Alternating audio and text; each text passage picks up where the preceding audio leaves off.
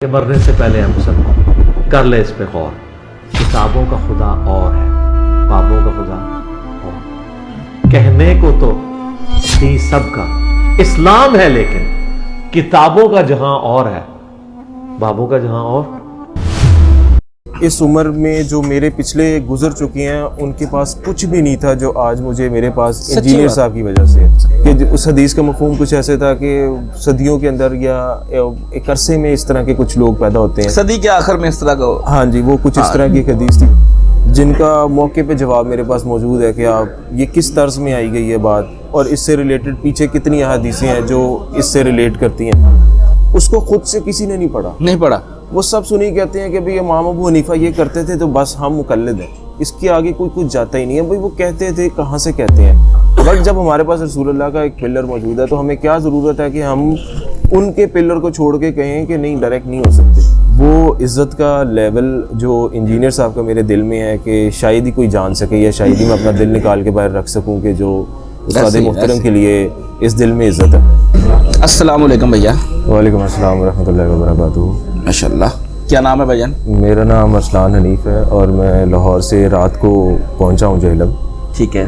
میں صرف کچھ ایک چیزیں اپنی جو ذاتی زندگی میں گزری اور میں کس طرح اس طرف آیا وہ شیئر کرنا چاہتا ہوں. جی کریں بالکل. میں بچپن سے اچھا سوری، جی یہ آپ کی باہر ٹوکنے ہو رہی ہے. ہمارا چونکہ ایک طریقہ کار ہے نا، پہلے تو اپنا تعارف ہو گیا. صحیح ہے. لاہور سے آپ آئے ہیں.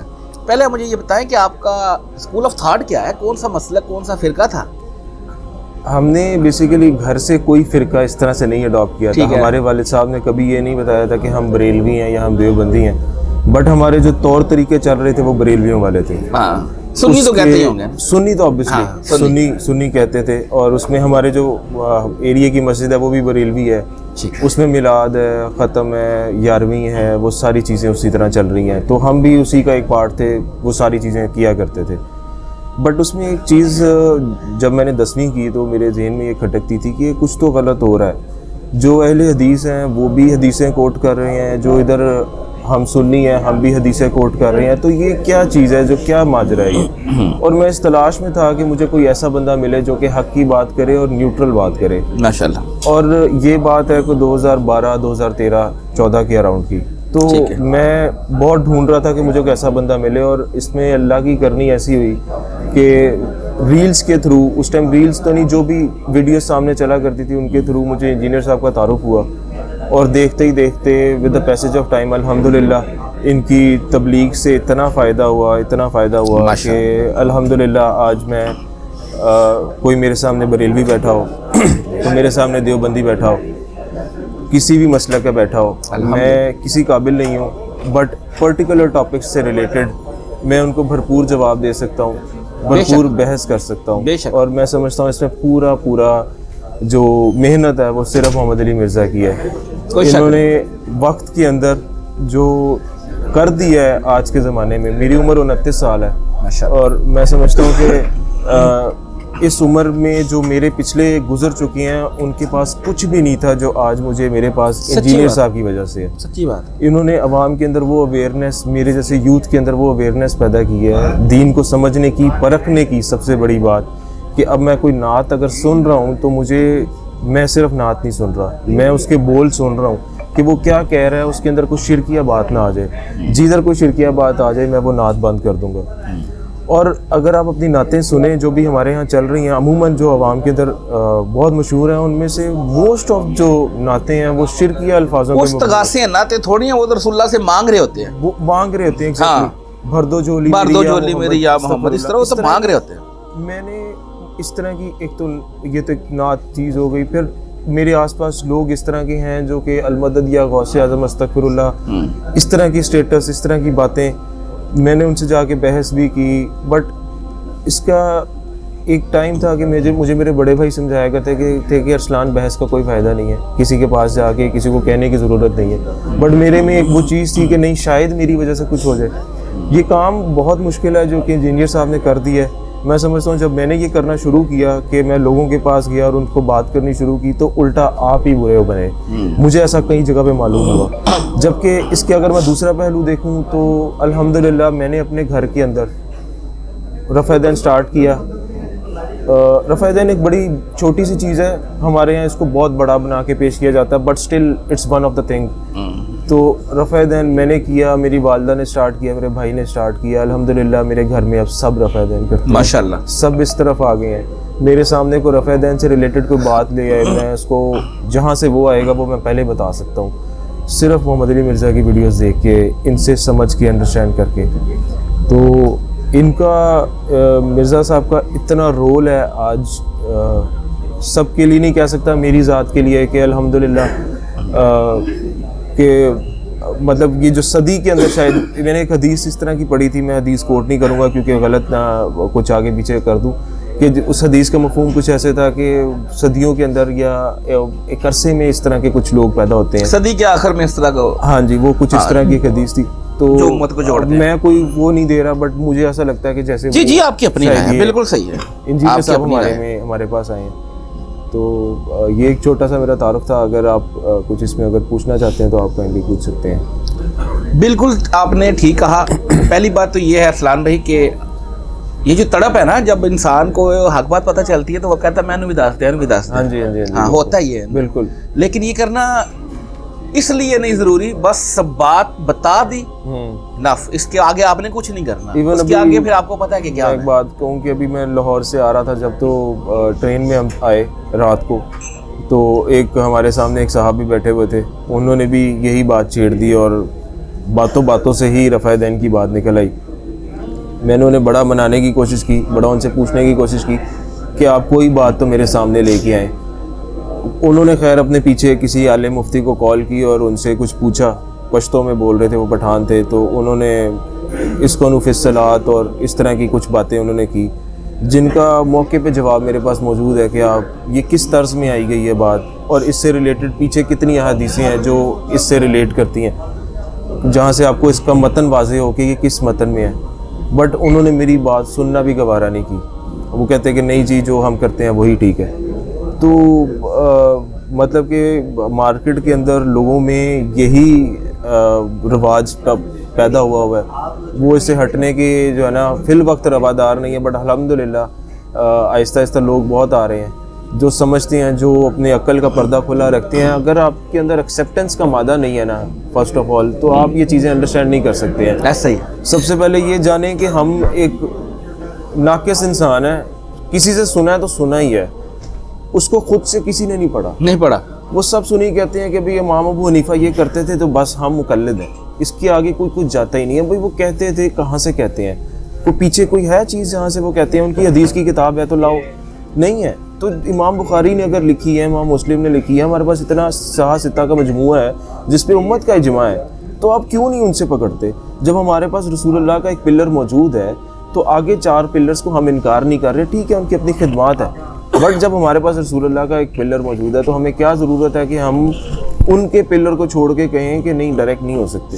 یہ تو ایک بات سمجھ نہیں آتی, اور ڈائریکٹ بھی تب نہیں ہو سکتے جب آپ کے پاس مجموعہ صحاح ستہ کا موجود ہے جس پہ امت کا اجماع ہے, تو آپ ان سے انڈرسٹینڈ کریں, سمجھیں. بس انشاءاللہ یہ تبلیغ اسی طرح جاری رہے, اللہ ان کے کام میں برکت ڈالے, ان کی تبلیغ میں برکت ڈالے, آمین. انجینئر صاحب استاد محترم ہیں ہمارے, میری دل سے اس قدر رسپیکٹ ہے ان کے لیے کہ یہ جو ساری چیزیں کہ آپ آئیں محفل میں اور کھڑے ہونا غلط نہ ہوتا تو شاید میں سب سے پہلے کھڑا ہوتا آپ کے استقبال کے لیے.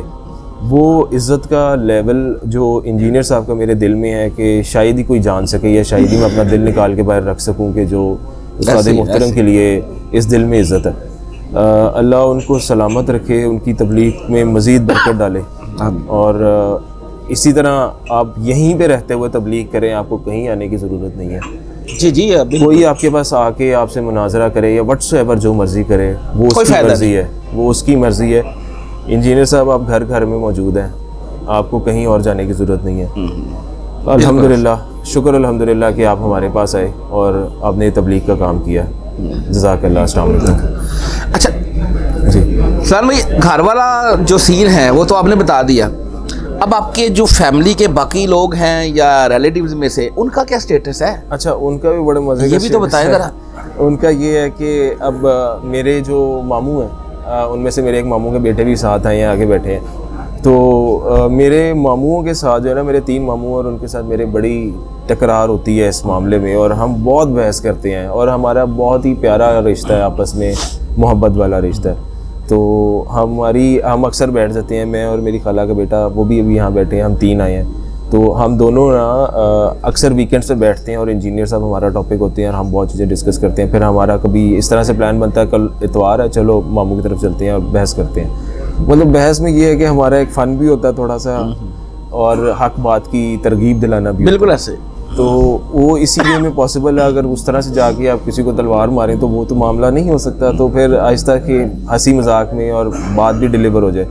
تو ہم بڑی بحث کرتے ہیں, بٹ دعا گو ہیں, ان کے بیٹے بھی آج ہمارے ساتھ آئے ہیں, وہ تو ہمارے ساتھ ہو گئے ہیں, اللہ کرے کہ جلد وہ بھی ہوں. وہ امام ابو حنیفہ کے مقلد ہیں. اور انہی کی کتابیں, ان کی کچھ چیزیں رفع دین سے ریلیٹڈ وہ عبداللہ بن مسعود کی حدیث لے کے آتے ہیں, اور اس سے پھر پچھلی 256 نہیں پڑھتے. اور جو ایک اور جگہ پہ اسی حدیث کے بارے میں آیا کہ وہ حدیث نہیں صحیح یا ضعیف ہے, تو اس کو وہ نہیں سمجھیں گے, بس وہ اسی کے بارے میں بات کرتے ہیں کہ عبداللہ بن مسعود کا تمہیں لیول نہیں پتہ. بے شک ان کا لیول ہے, بٹ وہ حدیث رپورٹ ہوئی ہے, اس میں کچھ بھی ہے, بٹ ہو سکتا ہے وہ ضعیف ہو سکتی ہے, وہ مینشن بھی ہے. بٹ اینی ہاؤ, یہ تو ایک چھوٹی سی چیز ہے. اس کے علاوہ بھی ہم کافی چیزیں ان سے ڈسکس کرتے ہیں, تو ہمارا ایک بڑا بحث مباحثہ چلتا رہتا ہے. میری خالہ میرے پاس آتی ہیں, ہم ان سے بھی کافی یہ چیزیں ڈسکس کرتے ہیں. وہ کوئی سوال ہوتا ہے وہ ہم سے اکثر ڈسکس کرتی ہیں, تو بڑا الحمدللہ مزہ آتا ہے. رشتہ داروں میں بھی یہ ایک چیز چلی ہوئی ہے. میرے ماموں کے گھر رفع دین کا کوئی سسٹم نہیں تھا.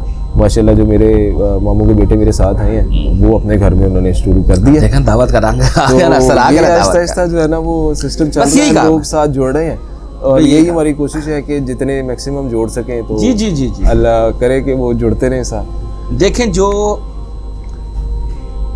صرف اللہ کے لوگ ہیں نا, جو صحیح میں اللہ کے بندے ہیں, ان کو خود ہی تڑپ ہوتی ہے اور وہ خود ہی ڈھونڈ رہے ہوتے ہیں. اور کچھ ایسے لوگ ہوتے ہیں جو جن کے دلوں پہ زنگ لگ چکا ہوتا ہے, مسئلے کی زنگ. بالکل. ہاں, وہ آپ ان کو لاکھ سمجھا لیں, ان کو کوئی نہیں سمجھا. بالکل ایسے ہی. کبھی وہ امام ابو حنیفہ کو لے آئیں گے, کبھی وہ کسی کو لے آئیں گے, کبھی وہ مقلدین, وہ کبھی کچھ نہ کچھ انہوں نے اپنا وہ لے آنا ہے. ٹھیک ہے, ایسے ہی. تو اچھا ایک اور چیز میں آپ کو بتاؤں, جب میں نے رفع دین شروع کرنا تھا, کیونکہ ساری زندگی کیا ہی نہیں تھا, تو اندر سے نا ایک وہ ہمت نہیں آ رہی تھی کہ میں کر لوں شروع, فرض نماز میں کر لوں شروع. حالانکہ سب پڑھ لیا تھا کہ بھئی کرنا ہے. تو مجھے ایک دوست نے آ کے کہا کہ یار ارسلان کر کے دیکھ ایک دفعہ, دل مطمئن ہو گیا تو شروع کر دینا, نہ مطمئن ہوا تو چھوڑ دینا. میں نے کہا یہ بات تو اچھی ہے. تو میں نے سنت نماز سے رفع دین شروع کیا, پھر بھی فرض کے اندر کرنے کی ہمت نہیں پڑی.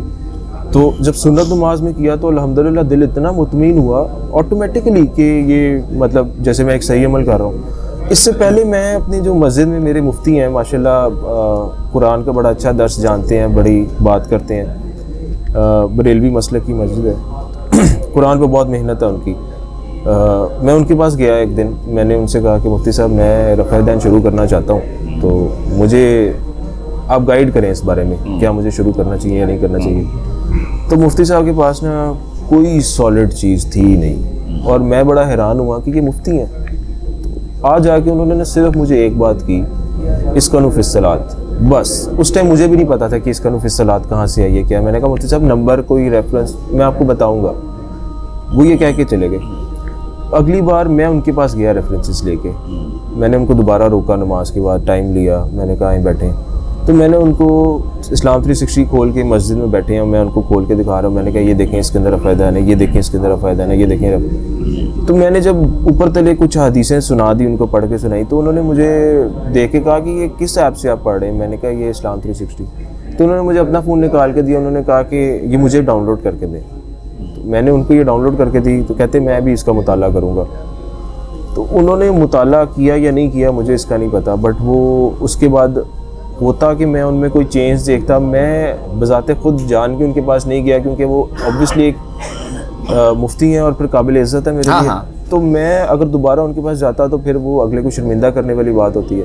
تو میں اس نظر میں ان کے پاس نہیں گیا کہ ٹھیک ہے وہ شرمندہ نہ کروں. بٹ پوائنٹ یہ تھا کہ اگر حدیثیں وہ پڑھ لی ہیں انہوں نے, وہ پھر بھی اس سائڈ پہ نہیں آ سکے تو کیوں نہیں آ سکے. روٹی جڑی ہوئی ہے نا بھیا, ایک پوائنٹ سے روٹی بھی ہے, اور دوسرا پوائنٹ ہمارے لوگ بھی ہیں کہ لوگ ہی نہیں جینے دیں گے پھر اس مسجد کے, وہ کہیں گے آپ نے ہمارا مسلک بدل دیا یا واٹس ایور.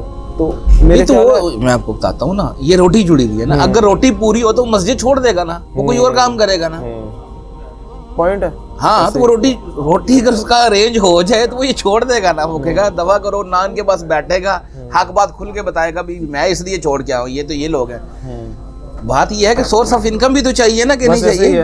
ہاں بس جس کے اللہ دل موڑ دے, مجبوری ہے نا جی, وہ کیا کرے, اس کو مسجد چاہیے نا, اس نے کمانا بھی تو ہے, گھر بھی چلانا ہے نا, کیا کرے. چلے جی, اچھا لگا جی آپ سے بات کر کے, اور انشاءاللہ آج آپ کی انجینئر صاحب سے, استاد محترم سے ملاقات بھی ہوگی. ابھی آپ بیٹھے, جزاک اللہ خیر. اور فرقوں کی دکانیں بند. The damage has been done.